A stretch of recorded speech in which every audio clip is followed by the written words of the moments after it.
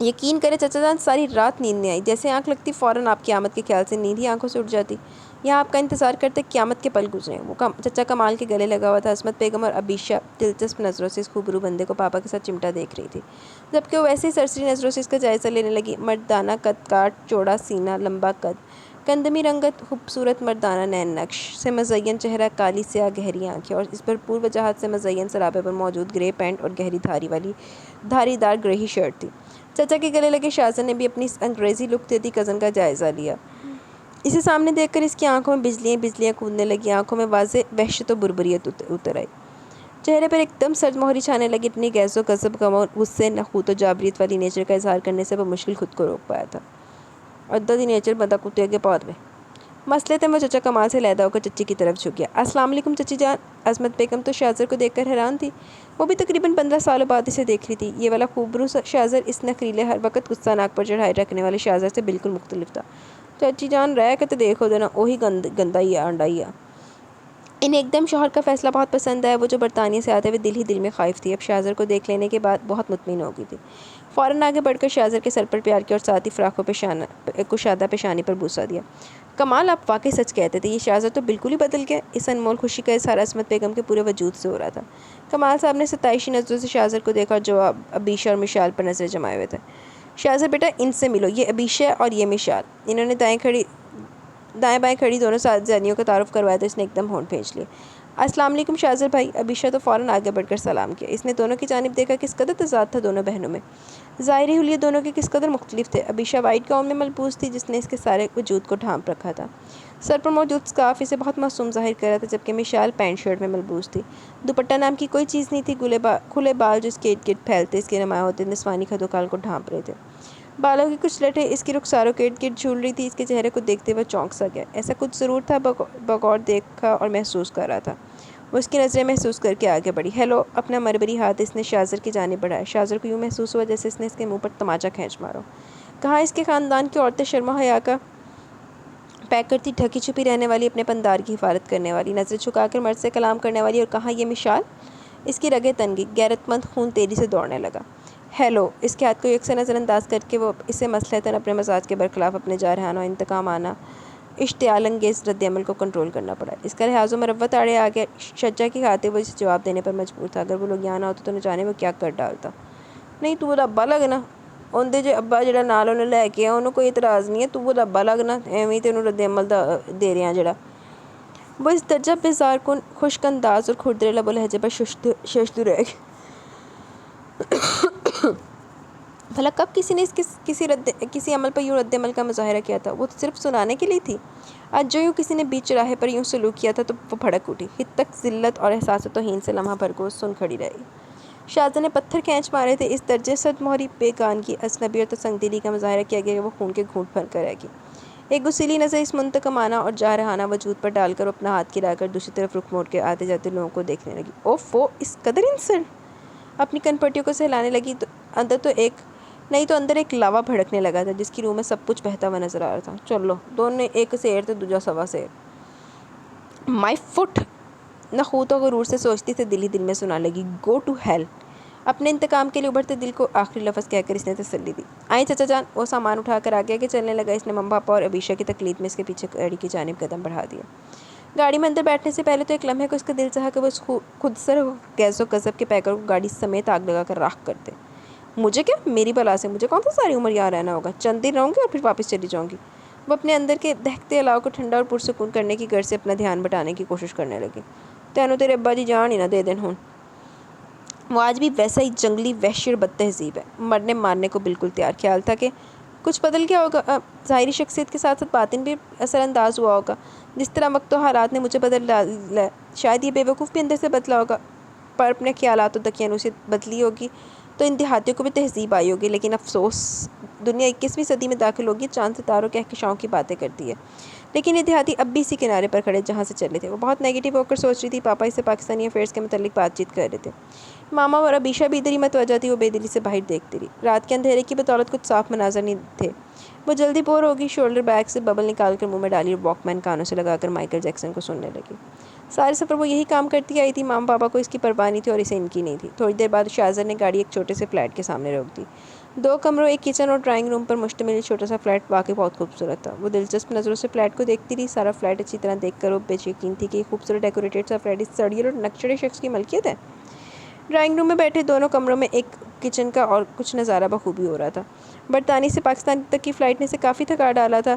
وہ وہیں رکھے صوفے پر میں سے ایک پر گر گئی تھی۔ شاہزادی نے اسے یوں گرنے پر عجیب نظروں سے دیکھا۔ السلام علیکم۔ وہ لگ بھگ 50-56 سال کی ایک سلیقہ مند سی خاتون تھی جو چائے کی ٹرالی دھکیلتے ڈرائنگ روم میں داخل ہوئی۔ آواز پر چونک کر وہ اس عورت کو دیکھنے لگی، بلکہ اس کے چہرے پر کچھ سوچنے لگی۔ یہ ماما خاتون کو دیکھ کر پاپا کی جانب سوالیہ نظروں سے دیکھنے لگی۔ وہ مسکرا دیے۔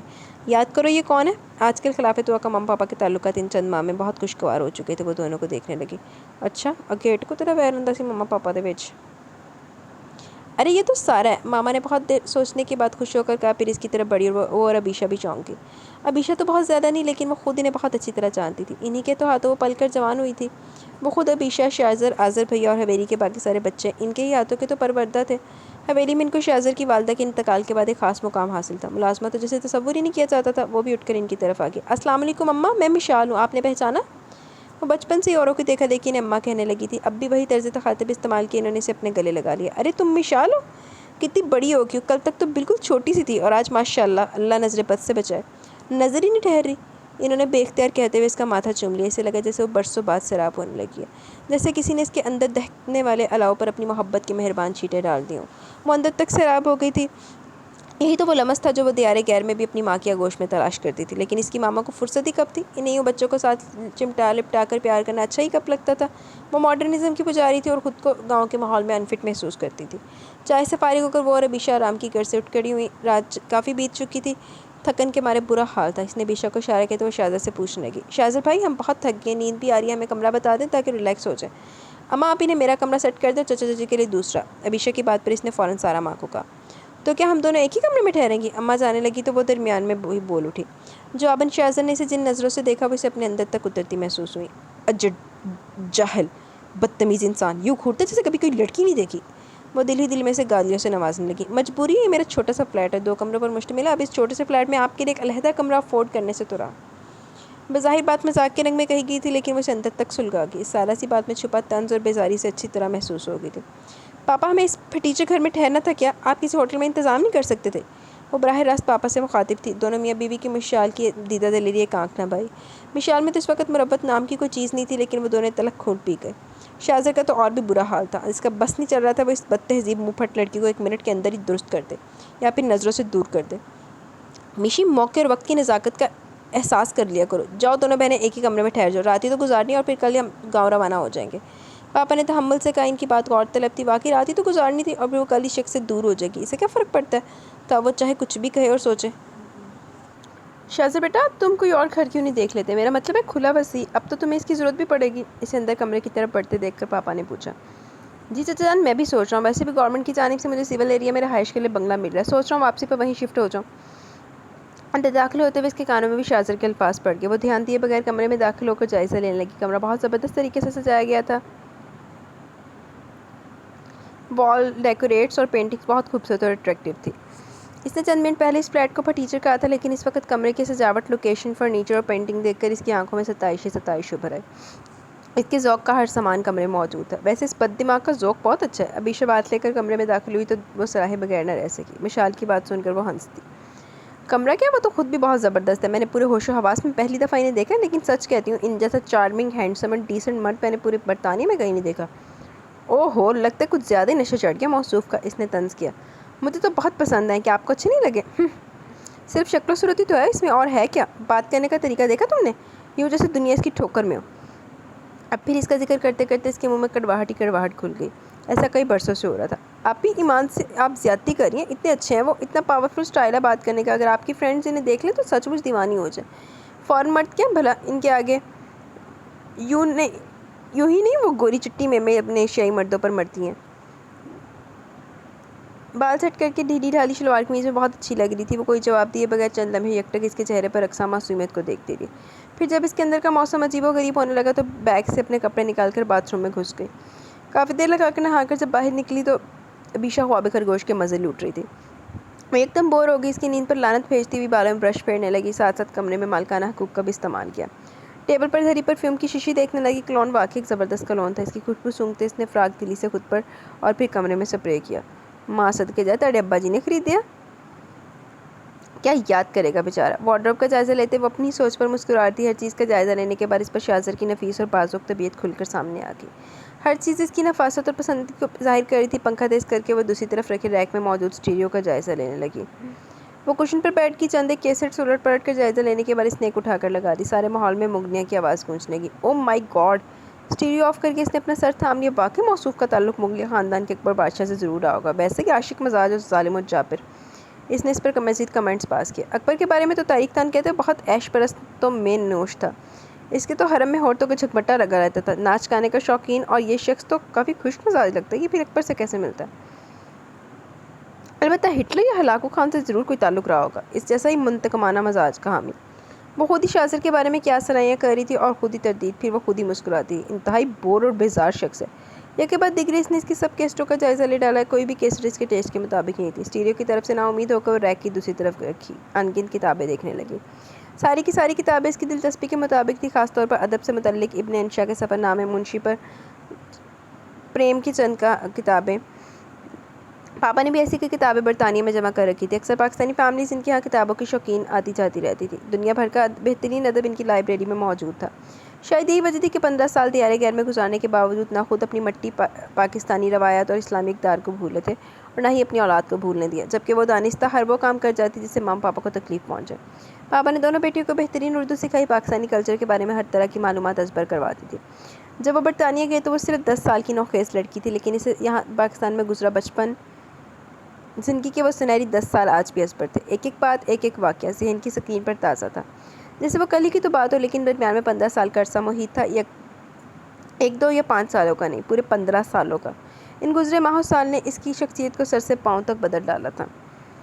پاپا یعنی شاہ کمال کی کہانی بھی ان سب مردوں جیسی تھی جو یورپین ممالک میں تعلیم کی غرض سے جاتے پھر وہیں شادی کر لیتے۔ کمال صاحب بھی برطانیہ تعلیم کی خاطر کی اور عظمت بیگم سے شادی بھی اپنی پسند بلکہ محبت کی۔ دونوں تعلیم حاصل کرنے کے بعد بہت خوش برطانیہ سے پاکستان لوٹے۔ روایتی والدین کی طرح شاہ کمال کے والدین نے چند اعتراضات کے بعد عصمت بیگم کو بہو کی حیثیت سے قبول کر لیا، صرف اس لیے کہ وہ ایک مسلمان لڑکی ہیں۔ پیچھے برطانیہ میں ان کا پورا مسلمان خاندان موجود ہے۔ چند سال گزرنے کے بعد عصمت بیگم کو گاؤں کے جاہلانہ رسم و رواج طور طریقوں سے اکتاہٹ ہونے لگی۔ گھر کے مکینوں کی موجودگی بری طرح کھٹکنے لگی۔ وہ ویسے بھی آزاد اور پرسکون زندگی گزارنا چاہتی تھی جیسے وہ برٹش فضاؤں میں گزارتی رہی تھی۔ وقت اور حالات نے نیا رخ بدلا تو عصمت بیگم 2 بچیوں کی ماں بن گئی، لیکن وہ کمال صاحب کو واپس برطانیہ چلے جانے پر آمادہ نہ کر سکی۔ وقت کے ساتھ ساتھ ان کی ضد میں اضافہ ہوتا چلا گیا۔ کچھ گاؤں کے حالات کافی بگڑ گئے اور عصمت بیگم کے ہاتھ واپسی کا ایک معقول بہانہ آ گیا۔ نوبت طلاق تک پہنچ گئی تو کمال صاحب کو اپنی بچیوں کے مستقبل کی فکر ستانے لگی، جنہیں عصمت بیگم اپنے ساتھ برطانیہ لے جانا چاہتی تھی، لیکن شاہ کمال ایسا نہیں چاہتے تھے۔ وہ ہر حال میں مسالت کے خواہش مند تھے، اور پھر جب خاندانی دشمنی کی بدولت حالات قابو سے باہر ہو گئے تو عصمت بیگم ایک دفعہ پھر واپس پلٹ جانے کی ضد پر اتر آئیں۔ بڑوں کے بیچ بچاؤ کرانے پر کمال صاحب کو اپنی ضد چھوڑ کر عصمت بیگم کی بات مان لینا پڑی۔ وہ سب کچھ چھوڑ چھاڑ کر برطانیہ کے آزاد فضاؤں میں ایسی مگن ہو گئی کہ واپسی کا خیال تک بھول گئی۔ بچے جوان ہو رہی تھی۔ شاہ کمال لوٹنا چاہتے تھے، لیکن دوسری طرف عصمت کی بجائے مشال رکاوٹ بن گئی۔ عصمت بیگم دل سے واپس جانے پر رضامند نہ تھی۔ مشال ماں باپ کے درمیان ضد اور انا کا مسئلہ بن گئی تو روز جھگڑے ہونے لگے۔ جوان ہوتی لڑکیاں روز روز کے جھگڑوں سے متاثر ہوتی گئی۔ عبیشہ کی خوش قسمتی تھی کہ اس کی شخصیت پر شروع سے باپ کی تربیت کے اثرات غالب رہے۔ کچھ اس کا آنا جانا مسلم گھرانوں کے ہاں تھا۔ وہ شروع سے اسلامک اکیڈمی، اسلامک انسٹیٹیوشنز میں جاتی رہی تھی، سو اس کا رجحان مغربی پسند کی بجائے اسلامی اقتدار کی طرف زیادہ تھا۔ اتنی کم عمری میں بھی اس کی سوچ بہت پختہ تھی۔ اور مشال جو 10 سال کی عمر میں برطانیہ چلی آئی تھی، یہ دور تربیت کے لحاظ سے انتہائی نازک ہوتا ہے۔ اس دور میں مغربی ماحول میں داخل ہوئی، سب کچھ نیا اور مختلف تھا، حتیٰ کہ ذہنی اپروچ تک الگ تھی۔ خیالات، احساسات، جذبات، نظریات، روایت، اقدار و رواج، رسم و رواج، طور طریقے، رنگ ڈھنگ، آب و ہوا، سب اس کی سوچ و شخصیت کے خلاف تھا۔ اس دور میں انتہائی نگہداشت کی ضرورت ہوتی ہے۔ اسی دور میں وہ ایک آزاد بگڑے ہوئے معاشرے کا حصہ بنی تھی۔ دل و دماغ ہر وقت کشمکش میں مبتلا رہتا ہے۔ پہلے تو اس نئی صورتحال کو قبول کرنے سے قاصر تھی، لیکن جب یہ نازک دور غالب آیا تو وہ خود کو اس ماحول میں رنگنے سے روک نہ پائی۔ والدین کی باہمی چپکلش، کچھ پرانی یادوں نے اس کی آنکھوں سے پاکستان اور پاکستانی لوگوں کے متعلق دیکھے گئے خوبصورت سپنے نوچ پھینکے تھے۔ شاہ کمال کی بہت زیادہ محنت اور توجہ کے باوجود وہ عبیشہ کی طرح ان کی جانب راغب نہ ہو سکی۔ وہ اس کی تربیت صرف زبان کی حد تک کر سکے تھے، لیکن عبیشہ کی طرح وہ اسے اسلامی سانچے میں ڈھال نہیں سکے۔ مشال نے جب عصمت بیگم کے دوبدو کھڑے ہو کر ان کے بھانجے ایاز کے لیے انکار کیا تو انہیں احساس ہوا جو کچھ ہوا وہ ٹھیک نہیں ہوا، بلکہ ندامت ہوئی کہ برٹش معاشرہ ان کی بچیوں کے لیے کسی بھی طرح سوٹ نہیں کرتا۔ لیکن اب وہ کچھ نہیں کر سکتی تھی، پانی سر سے اوپر گزر چکا تھا، کیونکہ اس دفعہ ان کے مقابل ان کی اپنی بیٹی کھڑی تھی جو ان کی طرح ضدی اور پکے ارادوں والی تھی۔ کچھ مشال کے ذہن میں بوئی ہوئی نفرت کی فصل اس کی اپنی سوچ کا نتیجہ تھی۔ جب تک انہوں نے چاہا وہ وہاں رہی، لیکن جب مشال وہاں رہنا چاہتی تھی تو انہیں اپنی غلطی کا احساس ہوا کہ کیوں انہوں نے ہر وقت تانا زنی کر کے مشال کے ذہن کو پاکستانی لوگوں، خاص طور پر گاؤں والوں سے متنفر کر دیا تھا۔ مشال پاکستان سے کسی بھی قسم کا تعلق رکھنے کی روادار نہیں تھی۔ عبیشہ تو ماما پاپا کے کہے میں تھی، جبکہ وہ سرے سے قابو میں نہیں تھی۔ نائٹ کلبوں میں اس کا آنا جانا تھا، مسلم و غیر مسلم لڑکے لڑکیوں سے دوستیاں کر رکھی تھی۔ وہ ہر وہ کام کرتی جو اس کا جی چاہتا۔ ماما پاپا اسے سمجھاتے تو میرے الزام دینے لگتی۔ 4 سال پہلے اس کی ملاقات جولف سے ہو گئی تھی۔ وہ ایک بہت اچھا لڑکا تھا، مذہب کے لحاظ سے وہ کرسچن تھا۔ ملاقات ایک نائٹ کلب میں ہوئی، دوسری مرتبہ اس نے اسے سی سائڈ پر دیکھا، پھر شاپنگ مال، حتیٰ کہ مسلسل ملاقاتیں دوستی کا رنگ اختیار کرتی گئی، پھر دوستی محبت کی صورت میں بدل گئی۔ اچھا جی، تو جب ماما پاپا نوں ہور کوئی نہیں لبھیا تو ہن زبردستی چک کے لے آئے تے مینوں لگدا ایتھے زبردستی ویاہ کرا دینا کڑی دا، تے کڑی نے پھر ملدا بھی ڈنگر ظالم ہی پیا۔ شاہزر سے اس کی نسبت بچپن سے ہی طے تھی۔ شاہزر کی وجہ سے ماما پاپا میں اکثر اختلاف ہوتا رہتا۔ جب ماما کی سوچ نہیں بدلی تب تک وہ اسے شاہزر جیسے شخص سے بیانے پر راضی نہ تھی۔ ان کی مرضی اس کی شادی اپنے بھانجے ایاز سے کرنے کی تھی، جبکہ اس نے دونوں کو ریجیکٹ کرتے ہوئے اپنا فیصلہ پاپا کو سنا دیا۔ ایم بی اے کرنے کے بعد وہ جاب کر رہی تھی جب اس نے پاپا کے سامنے صاف لفظوں میں انکار کر دیا۔ ماما پاپا بہت جذبر ہوئے۔ وہ یہ خبر دونوں کے لیے ایٹم بم سے کم نہ تھی۔ جب ڈانٹ ٹپڑ، زبردستی، پھٹکار، عاجزی، محبت ہر بہ بے سود ہوا تو انہوں نے اسے اس کے حال پر چھوڑ دیا اور خود اندر ہی اندر واپس جانے کی تیاریاں کرنے لگے۔ اب ایشور ماما سب جانتی تھی، جبکہ وہ قطعی لا علم تھی۔ پاپا ماما نے ضروری ساز و سامان پہلے پاکستان بھجوا دیا۔ ماما پاپا کی سرگرمیوں نے اسے مشکوک کر دیا۔ روانگی سے صرف 2 دن پہلے اسے معلوم ہوا کہ سب پاکستان جا رہے ہیں۔ اس نے چیخ چیخ کر زمین آسمان ایک کر دیا۔ وہ کسی بھی صورت پاکستان نہیں آنا چاہتی تھی۔ یہ اس کا اٹل اور آخری فیصلہ تھا اور وہ اس فیصلے پر بری طرح ڈٹی ہوئی تھی۔ اسے پاکستان سے کوئی غرض نہ تھی اور نہ ہی اس نے پاکستان سے حب الوطنی کا راگ الاپا تھا۔ صرف بچپن کی سنہری یادیں، چند حسین اور دل فریب واقعات اور خوبصورت باتیں تھیں، لیکن وہ چند واقعات اور پہلی یادیں اس کے دل میں پاکستانی رشتوں کے لیے کوئی احساس نہ جگا سکی، کوئی کشش پیدا نہ کر سکی۔ وہ برطانیہ کی آزاد فضاؤں میں پل بڑھ کر خود کو وہاں کا ایک حصہ سمجھتی تھی، لیکن وہ ماما پاپا اور عبیشہ کی لاکھ منتوں پر ہار گئی۔ وہ عبیشہ اور پاپا سے بے انتہا محبت کرتی تھی، کبھی بھی اظہار نہیں کیا تھا۔ عبیشہ کے ہاتھ جوڑنے پر صرف اس شرط پر مانی، پاکستان تو چلی جائے گی لیکن اس کا قیام پاکستان میں صرف چند ہفتے ہوگا اور جب وہ چاہے گی واپس آ جائے گی۔ ماما پاپا نے بھی آرام سے اس کی شرط مان لی۔ ان کا اصل مقصد اسے ایک دفعہ پاکستان لے آنا تھا۔ مستقل رہائش کے انتظامات پہلے پاکستان میں کر چکے تھے۔ وطن لوٹنے پر اپنی سرزمین پر قدم رکھتے وہ سب کچھ بھول بھال گئے تھے اور اب شاہزر سے ملنے کے بعد انہیں اس کی پرواہ بھی نہیں رہی تھی۔ یہی بات مشال کو بہت کھل رہی تھی۔ کتابیں ریک میں رکھ کر وہ جولف کے بارے میں سوچتی رہی۔ وہ یہاں آتے ہوئے ایئرپورٹ تک اسے سی آف کرنے آیا تھا۔ کلیئرنگ کروانے تک وہ اسے وطن جاتے اپنی خیریت کی اطلاع دینے کی بار بار تاکید کرتا رہا اور اب وہ یہاں آ کر کچھ دیر پہلے سب کچھ بھول چکی تھی۔ یاد آنے پر اس نے کلائی پر بندھی گھڑی دیکھی۔ رات کے 1:30 بجے کا وقت ہو چلا تھا۔ اس نے ڈرائنگ روم میں ٹیلی فون سیٹ پڑا دیکھا، کچھ سوچ کر باہر کی طرف آئی۔ لائٹس آف تھی، سب جانب اندھیرا ہی اندھیرا تھا۔ اندھوں کی طرح اندھیرے میں آنکھیں پھاڑتے گھورتی رہی، پھر اندھارے سے ادھر ادھر ہاتھ مارتی قدم آگے بڑھانے لگی۔ چند قدم چلنے کے بعد اچانک راستے میں پڑی ہوئی کسی سخت چیز سے ٹھوکر کھا کر منہ کے بل گری تھی۔ بے اختیار مارے خوف کے لبوں سے ہلکی سی چیخ آزاد ہوئی، باقی کی بلند ہوتی چیخ کو بمشکل ہاتھ سے روکا۔ دل اچھل کر حلق پہ اٹکا تھا۔ کون ہے؟ شاہزر کی آواز اسے اپنے اس قدر قریب سنائی دی، اپنے وجود کے ارد گرد کسی کے بازوؤں کو چٹانوں جیسی سختی محسوس ہوئی۔ پھر اسے احساس ہوا کہ وہ اندھیرے میں ٹھوکر کھا کر منہ کے بل شاہزر کے گری ہے۔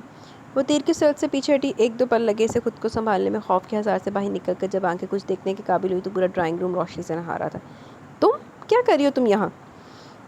شاہزر مشال کو دیکھ کر حیران ہوا۔ پوچھنے کا لہجہ آپ سخت ہو گیا۔ آنکھوں اور لہجے میں چھائی ہوئی سختی ایک دم واضح تھی، اور وہ جو کھڑی اپنے اس اچانک و فطری فعل پر شرم و جھجک کا شکار ہو رہی تھی، ایک دم حیران ہو کر شاہزر کی آنکھوں میں موجود تلخی اور بربریت کو پھٹی پھٹی آنکھوں سے دیکھتی رہ گئی۔ وہ زمین میں شرم سے گڑنے کو تھی، اس سے فعل اندھیرے کی گہری لپیٹ میں آ کر سرزد ہوا۔ وہ کون تھا جان بوجھ کر اس پر گری تھی؟ مٹھیاں بھینج کر اسے دیکھنے لگی۔ کیا مطلب ہے تمہارا؟ شرم و حیا کے علاوہ اچانک دہرانے والے غیظ و غضب، غصے و اشتعال سے وہ پاگل ہونے کو تھی۔ آواز کانپنے لگی، جی چاہ رہا تھا کہ وہ اس تنگ ذہن اور قدامت پسند سوچ کے حامل شخص کو اپنی نظروں سے اوجھل کر دے یا پھر خود زمین پھٹے اور اس میں سما جائے۔ اس کے مطلب پوچھنے پر وہ طنزیہ استہزائیہ نظروں سے اسے دیکھ رہا تھا۔ وہ مزید اندر ہی اندر کھولنے لگی۔ بہت پارسا اور زاہد بنتا ہے، جیسے صنف نازک سے کبھی کوئی تعلق اور واسطہ ہی نہ رہا ہو۔ وہ اس شخص کے ذکر سے بھی دور بھاگتی تھی، شکل تک دیکھنے کی روادار نہ تھی۔ اندر ہی اندر تل ملانے لگی۔ شاہزر کی نظروں میں چھپی کاٹ اسے دیوانہ کر جانے کو کافی تھی۔ خود کو بہت زاہد سمجھتے ہو؟ تم بھی اسی علاقے سے تعلق رکھتے ہو، اسی خاندان سے تمہارا تعلق ہے جس کی بے حیائی اور نفس پرستی مشہور تھی، جس خاندان کی حوث کے کسی زبان زدام تھے، جنگلی اور حریص لوگ، عورت نشے دولت کے پیچھے بھاگنے والے، لپکنے والے علاقے کے پرورتا۔ تم خود کو کیسے ان سب سے علاوہ مختلف اور پاک باز گردان سکتے ہو؟ اس کے ذہن میں ماما کی ٹھونسی سوچیں سے منفی رخ پر لے جاتی رہی۔ ہماری خفت کے برا حال تھا، اس سمے اپنی کم ہمتی اور بزدلی پر رہ رہ کر تاؤ آ رہا تھا، ورنہ وہ اتنی بھی کمزور نہیں تھی۔ مجھے برطانیہ ایک فون کرنا ہے۔ خود کو اور شاہزر کو لعنت ملامت کرنے کا سلسلہ ملتوی کر کے وہ پھر اس بے رحم صفاق اور پتھر جیسے وجود سے سر پھوڑنے کو تیار تھی۔ حسب عادت اس نے اس دفعہ مشال کی بات پر کچھ نہیں کہا، بلکہ کان دھرنے کی زحمت تک گوارا نہیں کی۔ بے نیاز بنا اپنے اسی فرشی بستر پر نیم دراز ہو گیا۔ اس سے کچھ فاصلے پر سارا اماں ارد گرد سے بالکل بے خبر گہری نیند سو رہی تھی۔ لوفر، بد تہذیب، ال مینرڈ! اس کے نو کیئر والے انداز پر وہ اسے دل ہی دل میں گالیاں سناتی ٹیلی فون اسٹینڈ کی طرف لپکی۔ وہ ناک سکیڑتی نمبر ڈائل کرنے لگی۔ اسے بار بار نمبر ڈائل کرتے ہوئے الجھتے دیکھ کر شاہزر اپنی جگہ سے اٹھا۔ وہ کنکھیوں سے اسے کچن کی جانب جاتے دیکھتی رہی۔ سنو، کہیں یہ ٹیلی فون سیٹ خراب تو نہیں؟ اس سے پہلے وہ کچن میں گم ہوتا انتہائی بدتمیزی سے اس نے اسے پکارا۔ اس کی پکار پر ایک منٹ کو رکا ضرور تھا، لیکن پلٹ کر دیکھے اور کوئی جواب دیے بنا وہ اندر گم ہو گیا۔ اسے اس کی حرکت پر اور غصہ آنے لگا۔ سمجھتا ہے کیا خود کو پرائم منسٹر کہیں کا؟ وہ بڑے ضبط سے اس کی آمد کا انتظار کرنے لگی۔ پورے 10 منٹ بعد وہ برآمد ہوا تو اس کے ہاتھ میں موبائل تھا، جسے مشال کی طرف اچھالتے ہوئے بولا، یہ لوکل کنیکشن ہے، باہر سے آنے والی کالز تو ریسیو کی جا سکتی ہیں، لیکن بیرون ملک کی ایک جگہ سے دوسری جگہ کال نہیں کی جا سکتی۔ اپنی سہولت کے لیے کارڈ اور موبائل استعمال کرتا ہوں۔ اسی پتھر اور سخت لہجے میں بولا۔ اسے تو اس کی بات بھی ذرا نرمی کی نمک دکھائی نہ دی تھی۔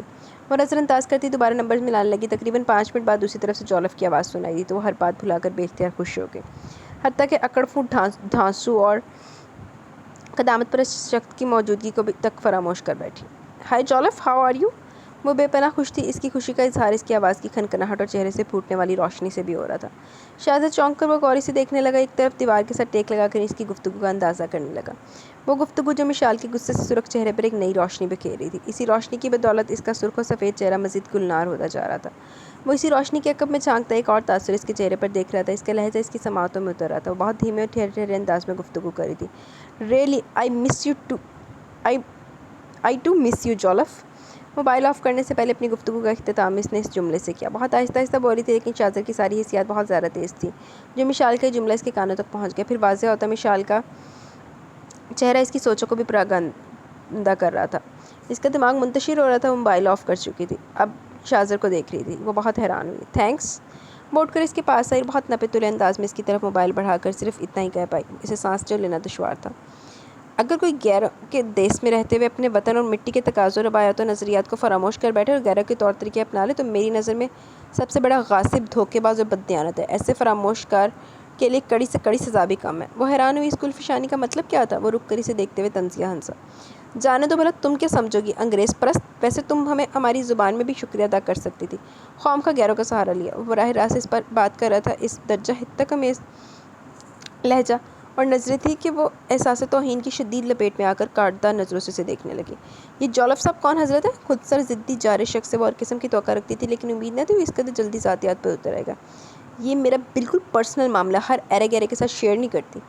زہریلی نگاہوں سے جواب دیتے وہ اپنی طرف سے حساب بے باک کر کے جانے والی تھی جب وہ لمحہ بھر میں ڈگ پھٹ کر پھر اس کے سامنے آ کھڑا ہوا۔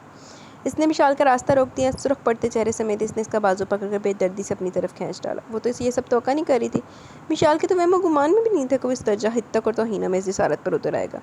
ایک دم جھٹکا لگنے سے اس کی نگاہوں کے سامنے جیسے زمین و آسمان گھوم گئے۔ Oh you idiot, don't touch me! اپنے بازو کو اس کی گرم آہنی ہاتھوں سے نکالنے کی بھرپور کوشش کی تھی۔ غیروں کے دیس میں رہتے ہوئے تم شاید یہ بھول رہی ہو کہ تم میری… وہ ایک دم سر اٹھا کر اسے گھورنے لگی۔ وہ اس کی چھیل سی گہری آنکھوں میں صفاقی سے دیکھتے ہوئے رکا، اس کے گھورنے کی متعلق پرواہ نہ کرتے ہوئے پھر بولا، تم میری مانگ ہو، وہ بھی بچپن کی۔ مانگ کا مطلب سمجھتی ہو نا؟ منگیتر۔ دوسرے لفظوں میں ہم جیسے لوگوں کے لیے عزت و غیرت، اور غیرت مند لوگ عزت کی خاطر سب کچھ قربان کر دیتے، لیکن یہ گوارا نہیں کرتے کہ ان کی عورت یوں بھی سرعام بے حیائی کی مرتکب ہو۔ شاہزر بغور مشال کے چہرے کو نظروں سے جانچ رہا تھا۔ چھیل سی گہری آنکھیں، کھڑی اونچی لمبی ناک، سفید ہونٹ، دہکتے رخسار، سرخی مائل حسین اور دل فریب نین نقوش سے سجا ساحرانہ مکھڑا تھا۔ دلکش متناسب سراپا اور اونچا لمبا قد، ڈھیلی ڈھالی ٹی شرٹ، گہرا گریبان اور ٹراؤزر میں ملبوس کچھ دیر قبل والے ڈریس سے قدرے بہتر حلیے میں تھی۔ کمر تک جاتے کالے سلکی بال اس کے وجود کے ساتھ ساتھ اب شاہزر کے بازو پر بھی ایک جانب سے لڑک کر پھیل گئے تھے۔ بلا شبہ ایک زہد شکن سراپا تھا۔ شاہزر کئی لمحے ڈوب کر ابھر ہی نہ سکا۔ کس تعلق اور رشتے کی بات کر رہے ہو تم؟ وہ تعلق جو میری ماما اسی دن ختم کر گئی تھی جس دن ہم نے تمہارا یہ ملک چھوڑا تھا۔ میں یہ تعلق اسی دن توڑ بیٹھی تھی جس دن میں نے تمہیں فون کیا تھا۔ حیرت ہے تم ابھی تک اس بات کو ذہن میں رکھے ہوئے ہو۔ آئندہ حد میں رہ کر بات کرنا مجھ سے۔ میں اس لب و لہجے کی عادی نہیں ہوں، اور نہ ہی آئندہ کبھی میں اپنی ذاتیت میں تمہاری دخل اندازی برداشت کروں گی۔ مائنڈ اٹ، مسٹر شاہزر جہاں زیب! ایک لفظ چبا کر کہہ رہی تھی۔ چہرہ لال انگارہ ہو چکا تھا۔ شاہزر نے اس کے للکارنے پر بمشکل خود پر کنٹرول کیا۔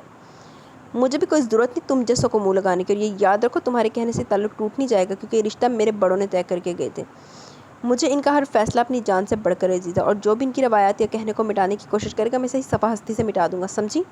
اچھا مشال نے طمس کر اڑایا۔ تمہارے بڑوں کے کہے گئے الفاظ اب میں توڑتی ہوں، بتاؤ کیا کر لو گے تم؟ مار دو گے مجھے؟ غصے سے بے قابو ہوتے ہوئے اس پہ چلاتے ہوئے اپنا نرم اور نازک بازو چھڑانے کی کوشش کی، لیکن لگتا تھا جیسے کسی آہنی شکنجے میں پھنس گیا ہو۔ مشال کے دعوت دیتے خود آمیز انداز نے شاہزر کی مردانگی پر ایک گہری چوٹ لگائی، اندر باہر آگ بھڑکا دی۔ جس کاٹدار اور توہین آمیز انداز میں اس نے جوابی کارروائی کی تھی، اس نے شاہزر کے تن بدن میں وحشت بھر دی۔ کیا ہو تم؟ کس بات کا اتنا غرور ہے تمہیں؟ چاہو تو میں اب بھی ایک پل میں تمہارا یہ سارا تن تک کا غرور توڑ کر رکھ دوں، چٹکیوں میں مسل دوں۔ وہ پوری صفاقی سے اس کے وجود میں اپنی نظریں گاڑے ہوئے تھا، اندر تک اترتی نظریں۔ مشال بچی نہ تھی جو اس کی بات کا مفہوم نہ سمجھتی۔ وحشت ذرا نظروں سے اسے دیکھتی رہ گئی، پھر ایک دم زخمی شیرنی کی طرح پھنکاری، اور ہے کہ تم لوگوں میں؟ تم اور کر بھی کیا سکتے ہو؟ جس علاقے سے تعلق رکھتے ہو اس کے لیے تو عورت اور نشہ ایک ہی زمرے میں آتے ہیں۔ تم سے تو توقع رکھنا ہی بس ہے۔ اسی ماں کے بیٹے ہو نا جس کا خاندانی فحاشی اور بے حیائی میں پیش ہے۔ وہ بے خوف لہجے میں بول رہی تھی، اس کی بات نے شاہزر کو ایک آخری چنگاری دی۔ اس کا ہاتھ اٹھاتا تھا مشال کو اندر تک دہلا گیا۔ وہ لڑ کھڑائی اور وہیں اس کے بستر پر گری تھی۔ بے بسی احساس توہین ذلت سے شاہزر پر خون سوار ہو گیا۔ اگر سامنے مشال نہ ہوتی تو اسے ماں کو گالی دینے والا اب تک ڈھیر ہو چکا ہوتا۔ وہ بے بسی سے وحشی ہو رہا تھا، ایک دم اس کی جانب سے رخ موڑ کر کھڑا ہو گیا۔ مشال لاکھ بے باک صحیح پر دل خوف سے بند ہونے والا تھا۔ اٹھو اور جاؤ یہاں سے، آئندہ کسی مرد کو اس کی مردانگی کا تانا دینے مت بیٹھ جانا۔ اگر وہ مردانگی دکھانے پر اترے تو نقصان سراسر تمہارا ہی ہوگا۔ اس کا کیا جانا صاف مکر جائے گا۔ انتہائی درشت لہجے میں وہ رخ موڑے کہہ رہا تھا۔ اتنی وحشتی لب و لہجے میں بھونچ کر رہ گئی۔ اس نے کبھی بھی مرد کو اس درجہ جارحانہ وحشت بھرا مظاہرہ کرتے نہیں دیکھا تھا۔ وہ یکدم اٹھی بھاگ کر کمرے میں بند ہو گئی۔ عبیشہ پرسکون سو رہی تھی، وہیں قالین پر بیٹھ کر گھٹنوں میں سر رکھ کر رونے لگی۔ شاہزر کا لہجہ بچپن کی کوئی راکھ میں سلگتی چنگاری تھی جو اس کے وجود کو دہکا گیا تھا۔ شاہو تم کیا سمجھتے ہو میں تم سے ہار جاؤں گی؟ اپنے ہاتھوں بلکہ پورے جسم پر ایک اندیکھا لمس محسوس کر رہی تھی۔ رخسار آگ کی طرح دہک رہا تھا، وہ گال پر ہاتھ رکھے روتی رہی۔ وہ برطانوی فضاؤں میں وہ پروان چڑھتے اپنے ہر احساس کو شکست دے چکی تھی، لیکن اس اچھوتے لمس کو کبھی اپنی زندگی سے نکال نہیں پائی تھی۔ یہ احساس تو ہر لمحے اس کے ذہن میں حاوی رہتا تھا، ایک ایک پل وہ اس لمس کی اسیر رہی تھی۔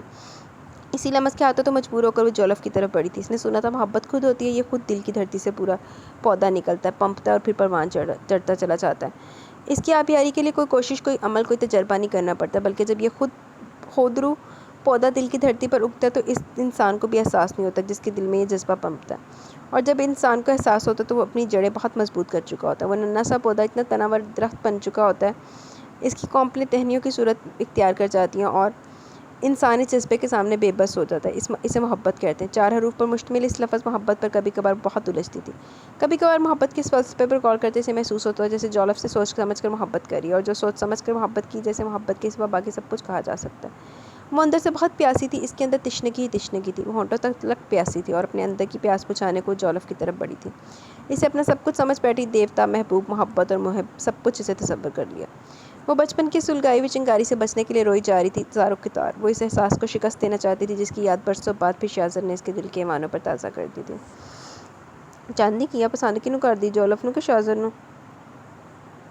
اگلے دن تقریباً 10 بجے کے قریب اس کی آنکھ کھل گئی۔ سب اسے اٹھانے کی کوشش کر چکے تھے لیکن اپنی مرضی سے اپنی نیند پوری کر کے اٹھی۔ ایک بھرپور انگڑائی لے کر بستر سے اتر آئی، منہ ہاتھ دھو کر اس نے شیشے میں اپنی آنکھیں متورم اور سرخ سوجی ہوئی دیکھی تو رات شاہزر سے ہونے والی جھڑپ پوری صفاقی کے ساتھ ذہن کے پردے پر تازہ ہو گئی، چمکنے لگی۔ مزید میں یہاں نہیں رک سکتی، گاؤں جاتے پاپا سے واپسی کی بات کروں گی۔ ایک رات ہی خاصی اذیت ناک اور ناخوشگوار گزری اور مزید مجھ میں ایسی راتیں گزارنے کا حوصلہ نہیں۔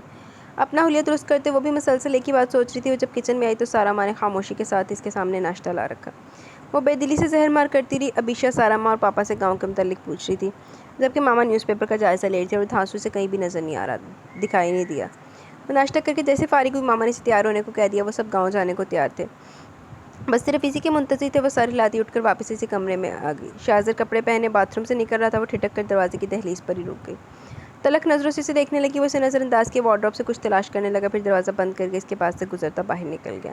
وہ بنا ہود سے سر کو جھٹکتے بیگ کھول کر اپنے لیے سب کپڑوں کا جائزہ لینے لگی۔ سب کپڑے جینس، ٹراؤزر اور شرٹس پر مشتمل تھے۔ ماما نے اس کے لیے کچھ شلوار قمیض لی تھی لیکن اس نے ان کے منع کرنے کے باوجود اپنی پسند کے کپڑے پیک کیے اور وہ پھلائی ان کپڑوں کو دیکھ رہی تھی۔ پھر اس کی نگاہیں ریڈ کلر کی ٹائٹ سی جرسی شیپ کی ایک شرٹ پر ٹھہر گئی۔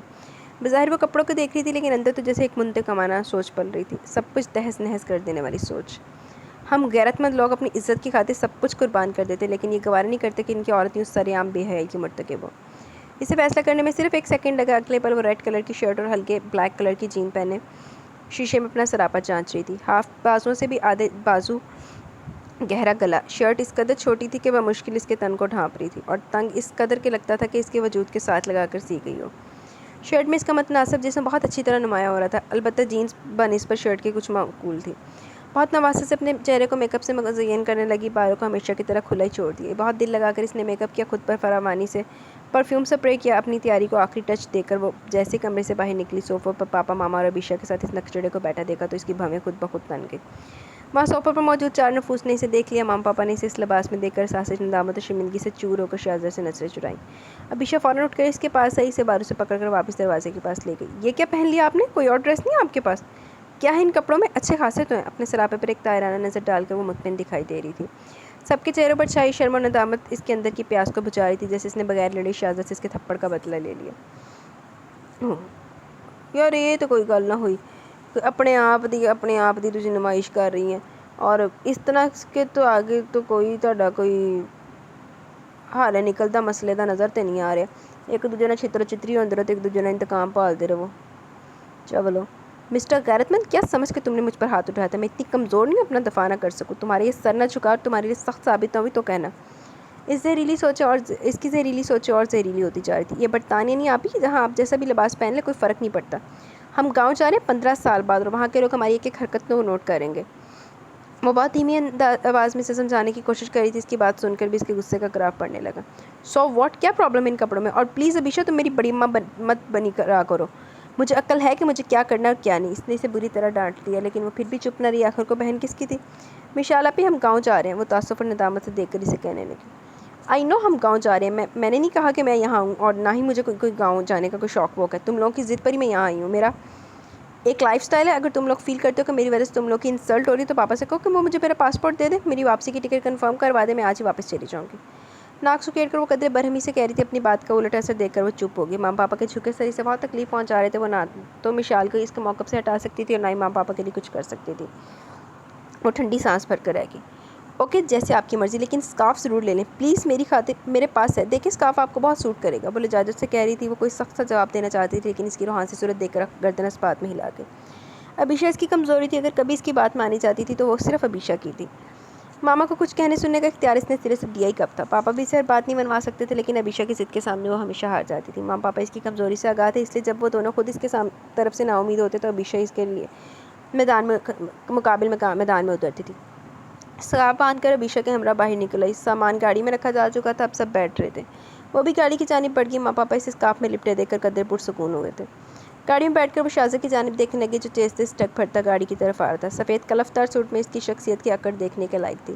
سوٹ اگرچہ اس کے جسم پر بے حد سوٹ کر رہا تھا، لیکن اس کی اکڑ نے اسے اچھا خاصا بدمزہ کر دیا۔ وہ گاڑی میں بیٹھا تو اس کی طرف سے نظر ہٹا کر باہر کی طرف دیکھنے لگی۔ 1 گھنٹہ ان لوگوں کو شہر سے باہر نکلنے میں لگ گیا۔ گاڑی جیسے شہر کے پرشور علاقے اور گاڑیوں کے بے ہنگم شور سے باہر نکلی تو وہ الرٹ ہو کر بیٹھ گئی۔ ارد گرد نظر آتے درخت، تلہاتی کھلکھلاتی گندم کی فصل اور ان سے دور بنے مٹی کے گھر۔ کھیتوں سے فصل کاٹ لی گئی تھی اور بہت سارا رقبہ ایسا بھی تھا کہ جہاں ابھی تک فصل کٹائی کی منتظر تھی۔ کھیتوں میں ہل چلاتے مرد، مٹی سے آلو چنتے بچے، عورتیں، کتنی جگہوں پر اسے نظارہ دیکھنے کو ملا۔ بے تاثر چہرے کے ساتھ متوجہ رہی۔ ابیشا اور ماما نے چند ایک بار اسے متوجہ کرنے کی کوشش کی، لیکن اس جانب سے ہوں ہاں سے زیادہ جواب موصول نہیں ہوا۔ مایوس ہو کر نشستوں پر بیٹھے پاپا اور شاہزادے سے باتیں کرنے لگی۔ وہ کوئی دھیان دیے بغیر متواتر جائزہ لیتی رہی۔ کھیتوں میں ایک دوسرے کے پیچھے بھاگتے دوڑتے بچے، کھیتوں اور ان کے کھیتوں کے درختوں کے پیچھے نظارہ دیتی کچی پکی اینٹوں سے بنے گھر۔ بعض جگہ ان گھروں میں شاہ حویلیاں اور کوٹھیاں بھی دکھائی دے رہی تھی۔ اس کا ذہن بار بار پیچھے کی جانب سفر کر رہا تھا، وہاں جہاں وہ سب حویلی میں رہتے تھے۔ ایک گہری اور طویل سانس لے کر اس نے سیٹ کی پشت سے سر ٹکا لیا۔ نیم دراز ہو کر اس نے آنکھیں بھی موند لی۔ کئی سین اور واقعات بند آنکھوں میں ایک دوسرے کے پیچھے بھاگتے چلے جا رہے تھے۔ چلے آئے مشال، ہم آج ملکوں کی حویلی کے پیچھے جو کھوہ ہے نا، وہاں جا کر کھیلیں گی، تم بھی ہمارے ساتھ چلنا۔ اس کی سہیلیاں زرینہ اور سمینہ کہہ رہی تھی۔ وہ سوچ میں پڑ گئی کہ ملکوں سے ان لوگوں کی ہمیشہ سے سخت مخالفت چلی آ رہی تھی، اور وہ کنواں بھی ملکوں کا ہی تھا۔ اسے اچھی طرح یاد تھا، خاندان کی بڑی خواتین جب اکٹھی ہو کر اکثر باتیں کرتی، بعض باتیں ان کے ناقص کانوں میں بھی پڑ گئیں اور ہمیشہ کے لیے ذہن کا حصہ بن گئی۔ شاہ کمال سے بڑے شاہ جہاں زیب اور چھوٹے شاہ رحیم 3 بھائی تھے۔ اس کی صرف 2 بہنیں تھیں، اور ایک سب سے بڑی تھی اور ایک چھوٹی، جس کا نام صبرینہ تھا۔ وہ بہت خوبصورت اور حسین و جوان تھی۔ اس نے خاندان اور برادری کی عورتوں کو کہتے سنا کہ اللہ تعالیٰ نے اسے بلا کا حسن عطا کیا ہوا تھا۔ گاؤں کے سارے نوجوان اسے دیکھ دیکھ کر اپنی کم وقتی پر آہیں بھرا کرتے تھے۔ جس راہ سے بھی سبرینا گزرتی لوگ مڑ مڑ کر اسے دیکھنے پر مجبور ہو جاتے۔ پھر ایک دن جب وہ اپنے باغ سے واپس حویلی کی طرف آ رہی تھی تو راستے میں اس کا ٹکراؤ ملک ایاز سے ہو گیا۔ ملک ایاز اور ملک جبار دو ہی بھائی تھے، دونوں ملکوں کے خاندان سے تعلق رکھتے تھے۔ ملک ایاز نے سبرینا کے حسن و جوانی کے بے پناہ قصیدے تو سن رکھے تھے، اس دن جب حسن و جوانی کا پیکر مجسم دیکھا تو کئی لمحے نظریں پلٹنا ہی تک بھول گیا۔ گاؤں میں اور ارد گرد کے دور دراز تک علاقے میں صرف دو ہی تو پارٹیاں تھیں، ایک شاہوں کی اور دوسری ملکوں کی۔ ملک ایاز نے اپنے والدین کو سبرینا کے رشتے کے لیے بھیجا۔ اس وقت اس کی صرف منگنی ہوئی تھی، ابھی شادی نہیں ہوئی تھی، لیکن شاہوں کا غیر برادری میں شادی کرنے کا قطعی رواج نہیں تھا، سو انہوں نے انکار کر دیا، تو دونوں خاندانوں کے لیے رشتے سے انکار انا کا مسئلہ بن گیا۔ ایک روز دن دہاڑے ملک ایاز نے سبرینا کو راہ چلتے اٹھوا لیا۔ اس نے اس کے ساتھ جو سلوک کیا وہ برداشت نہ کر سکی اور ملکوں کی حویلی کے پیچھے بنے کنویں میں گر کر اپنی جان دے دی۔ شاہوں کے لیے سبرینا کا اغوا اور پھر موت کوئی چھوٹی بات نہ تھی۔ عزت اور غیرت کا معاملہ تھا، زندگی اور موت کا مسئلہ۔ وہ ہر حال میں اپنی عزت پامال کرنے والوں سے بدلہ لینا چاہتے تھے، لیکن گاؤں کے معززین نے بیچ بچاؤ کروا کر پنچایت بلوائی تو پنچایت نے لڑکی کے بدلے لڑکی دینے کا فیصلہ کیا۔ ملک ایاز کی بہن ثریا بیگم سبرینا کے تاوان کے عوض شاہ جہاں زیب کے نکاح میں آ گئی۔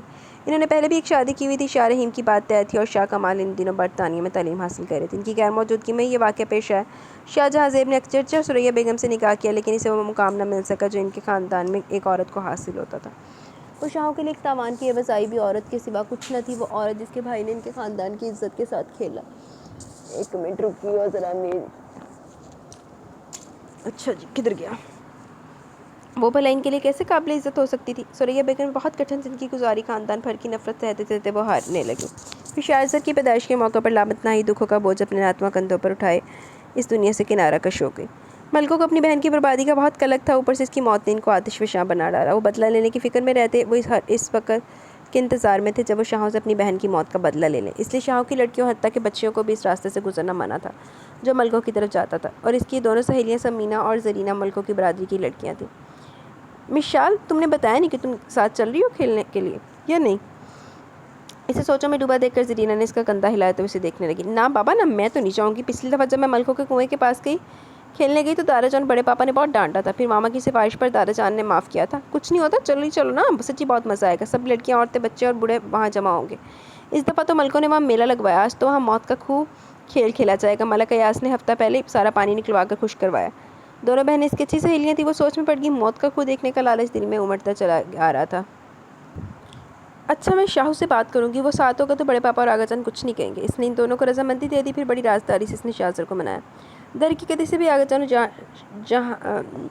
شاہ جہاں زیب کا ڈر تھا۔ دیکھ لو کہیں پکڑے نہ جائیں، وہ رضامند ہونے کے باوجود ڈر رہا تھا۔ کیا ہے شاہو، تم لڑکیوں کا ڈر ہے اور مجھے تو کوئی ڈر نہیں لگ رہا۔ وہ اسے جوش دلانے لگی، پھر اس کا خاطر خواہ نتیجہ بھی نکلا۔ جیسے شام اتری وہ دونوں باغ میں جانے کا بہانہ کر کے حویلی سے نکلا۔ اسے تو موت کا خود دیکھنے کا شوق تھا، بھاگتے دوڑتے ملکوں کی زمینوں تک کا فاصلہ طے کیا۔ میلے میں بڑی رونق تھی، تہمینہ اور زرینہ پہلے سے اس کی منتظر تھی۔ بوڑھے جوان بچے لڑکیاں بالیاں سب جمع تھے، بڑی گہما گہمی تھی۔ آس پاس کے کئی گاؤں کے لوگ بھی میلہ دیکھنے آئے ہوئے تھے، وہ اور شاہزر دونوں اکٹھے تھے۔ شاہزر بہت سمجھدار تھا، اسے 3 سے 8 سال عمر میں بڑا تھا۔ مشال، آج ملکوں کی حویلی کے اندر نظر نیاز تقسیم کی جائے گی، تم بھی ساتھ چلنا۔ کھیل شروع ہونے میں ابھی بہت وقت تھا، زرینہ انتظار کی کوفت سے اتار کے کہنے لگی۔ جواب میں اس نے شاہزر کو دیکھا تو وہ نفی میں سر لانے لگا۔ نہیں مشال، اب گھر چلو، ماں بابا انتظار کر رہے ہوں گے۔ وہ اسے ٹال گیا، لیکن وہ حویلی کے اندر جانے کی ضد کرنے لگی۔ مشال تم سمجھتی کیوں نہیں ہو، ہمارا ان کی حویلی کے اندر جانا ٹھیک نہیں ہے، ویسے بھی بابا اور آغا جان ناراض ہوں گے۔ ضد ہٹ درمی اور بغاوت تو جیسے مشال کے خون میں رچی بسی تھی۔ اس کے سمجھانے کے باوجود وہ دل ہی دل میں وہاں جانے کی ٹھان چکی تھی۔ وہ جو سوچتی تھی کہ کر دکھاتی تھی، اور بیچارہ شاہزر ہر وقت اس کا باڈی گارڈ بنا رہتا تھا۔ کبھی کبھار تو اس کی موجودگی اس کے لیے تسلی بخش رہتی اور کبھی وہ اس کی موجودگی سے ڈر جاتی۔ تھوڑی دیر بعد شاہزر جیسے ہی وہاں کی گہما گہمی میں کھویا، وہ چپکے سے دونوں بہنوں کے ہمراہ ملکوں کی حویلی میں آ گئی۔ وہاں واقعی بہت رونق تھی، حویلی کے کمکوں اور بتیوں سے آراستہ کیا گیا تھا۔ اس کے حویلی کے صحن میں لائن میں دیگیں رکھی ہوئی تھی، برآمدہ صحن غریبوں، عورتوں اور بچوں سے بھرا تھا۔ برآمدے میں تخت پر بیٹھی ملکانی لوگوں کو نیاز بانٹ رہی تھی، وہ بھی صرف 9ویں 10ویں سال کے درمیان تھی، لیکن اس کی اٹھان بہت اچھی تھی۔ دیکھنے میں 12-13 سال کی دوشیزہ لگتی، رنگ بھی گورا تھا اور تو قد بھی خاصا لمبا تھا، دیکھنے پہچان ہو جاتی کہ شاہوں کی لڑکی ہے۔ وہ زرینہ اور اس کی بہن کے ساتھ ایک طرف کھڑی حویلی دیکھ رہی تھی، جب وہاں سے گزرتے ملک جبار اور ملک ایاز کی نظر ان لوگوں پر پڑی۔ دونوں نے نظروں میں تصدیق چاہی، آیا یہ واقعی شاہوں کی لڑکی ہے؟ دونوں کے دلوں میں برسوں سے انتقام کی آگ چل رہی تھی، وہ ہر وقت طاق میں رہتے کب موقع ملے کب دشمنی پر اترے۔ وہ تو شاہوں کی جانب سے ہاتھ ڈھیلا تھا جو ہر موقع پر بچت ہو جاتی، نہیں تو نہ جانے کب کی خون کی ندیاں بہہ چکی ہوتی۔ اے لڑکی، کیا نام ہے تمہارا؟ دونوں بھائی اس کے پاس آ کر اس کا نام پوچھنے لگے۔ ان کی منتقمانہ نظروں کو محسوس کر کے وہ چپ رہی، لیکن برا ہو جو اس کے پوچھنے پر سمینہ اور زرینہ نے بتا دیا۔ اچھا جاؤ تم ادھر سے نیاز لے لو۔ مشال کی نظروں کی گرفت میں رکھتے دونوں کو جانے کو کہا تو وہ بھی ساتھ چلنے لگے، لیکن ملک جبار نے اسے روک لیا۔ ملکوں کی حویلی میں آج شاہوں کی لڑکی آئی ہے۔ ارے او حمید، اس نے دیکھتے ادھر سے کسی کو پکارا۔ فوراً ایک ملازم حکم کی تعمیل میں آ کھڑا ہوا۔ شاہوں کی لڑکی کو باہر کا راستہ تو دکھاؤ۔ مونچھوں پر ہاتھ پھیرتے اس نے ایک جاندار کہکا لگایا کہ ملازم کو آنکھوں ہی آنکھوں میں اشارہ کیا۔ ملازم نے آگے بڑھ کر اس کا بازو دبوچ لیا، پھر اسے گھسیٹنے لگا۔ وہ چیختی رہ گئی۔ باہر لے جا کر وہاں کھڑی جیپ میں جیسے اسے ڈالا، کہیں سے اسے تلاش کرتا شاہزر بھاگتا وہاں آ گیا۔ کتنی دور تک اس نے چلتی جیپ کا پیچھا کیا، پھر تھک ہار کر اپنی حویلی کی طرف بھاگا۔ وہ ایک خون ریز جنگ تھی جو شاہوں اور ملکوں کے درمیان شروع ہوئی۔ شاہزر کے بروقت خبر کر دینے سے مشال کو تو بچا لیا گیا، لیکن خون میں لت پت حالت میں۔ یہ بات ان لوگوں کو لے کر ناقابل برداشت تھی۔ شاہوں نے ملکوں کی حویلی کی اینٹ سے اینٹ بجا دی۔ اس لڑائی میں ملک ایاز اور اس کے کچھ بندے مارے گئے۔ شاہوں کی جانب سے بھی شاہ رحیم اور چند ملازم قتل ہو گئے۔ بظاہر فریقین کو برابر کا نقصان اٹھانا پڑا، لیکن ملک جبار اس لڑائی میں ٹانگوں پر گولیاں لگنے سے بالکل مفلوج ہو گیا۔ اس طرح شاہزر کو فوراً ہسپتال لے جایا گیا۔ اب ان دونوں کو مزید جینا تھا، اس لیے دونوں بچ گئے، لیکن عصمت بیگم جو اس گاؤں کے حالت جہالت اور ریت و رواج اور پابندیوں سے بیزار بیٹھی تھی، انہیں یہاں سے نکلنے کا معقول بہانہ مل گیا۔ وہ اپنی بیٹیوں کو خاندانی دشمنی کی بھیٹ نہیں چڑھانا چاہتی تھی۔ جب ان کا مطالبہ شدت اختیار کر گیا تو آغا جان کو ان کی بات ماننا پڑی۔ وہ شوہر اور بچیوں سمیت یہ ملک ہی چھوڑ گئی، کبھی نہ آنے کے لیے۔ اسے کس کس بات کا دکھ نہ تھا؟ ایک طرف خود کو یرغمال بنائے جانے کا دکھ، تو دوسری طرف گاؤں چھوڑنے کا قلق تھا۔ تو تیرے وغیرہ نے گندی نے ضد بھی تے اپنی پوری کی سی نا، تینوں جو روک رہے سی چادر کے ناچ دا، تینوں ہر چیز دا تینوں پہلے پتا سی۔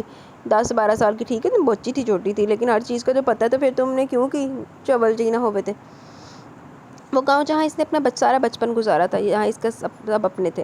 آغا جان، دادی جان، بڑے پاپا، بڑی امی اور ان کے بچے، آذر بھائی، زوبیہ، ماریا، چچا رحیم شاہ کی بیوہ زینب چچی، ان کی 3 بیٹیاں اور بیٹا تھا۔ جہاں شاہزر تھا، اس کے بچپن کے سارے دوست یہیں رہ گئے۔ شروع میں وہاں جا کر کچھ بھی بھولنے کو تیار نہیں تھی، بعد میں اس نے خود کو وہاں ایڈجسٹ کر لیا۔ دادی جان اس دنیا سے رخصت ہوئی، ان کے بڑے پاپا اور آغا جان بھی چل بسے۔ پاپا پاکستان 3 دفعہ آئے تھے، اس کے علاوہ وہ ہر 4-5 سال بعد پاکستان کا چکر بھی لگاتے رہتے، لیکن ماما ہر دفعہ 1-2 تعزیتی فون کر کے رسم پوری کر لیتی تھی۔ مشی آپ بھی سو گئی کیا؟ ابیشا نے اس کے کندھے کو چھو کر یادوں کے چنگل سے باہر لا پٹکا۔ کچھ کہہ رہی تھی تم؟ وہ اس قدر بے طرح ماضی کی یادوں میں کھوئی ہوئی تھی، ابیشا کے کندھا چھونے پر کھلی کھلی نظروں سے اسے دیکھنے لگی۔ کچھ نہیں، میں تو پوچھ رہی تھی کہ سو گئی کیا، لیکن آپ تو جاگ رہی ہیں۔ دیکھیں پاپا بتا رہے ہیں اب ہمارا گاؤں آنے والا ہے۔ ابیشا کے بتانے پر وہ ساری لا کر آئے گی۔ کتنا طویل سفر تھا، اسے یادوں میں کھوئے وقت بیتنے کا احساس ہی نہیں ہوا۔ اس کے احساسات بھی تو عجیب ہو رہے تھے۔ برسوں بعد وہی یادیں دوبارہ تازہ ہو رہی تھی۔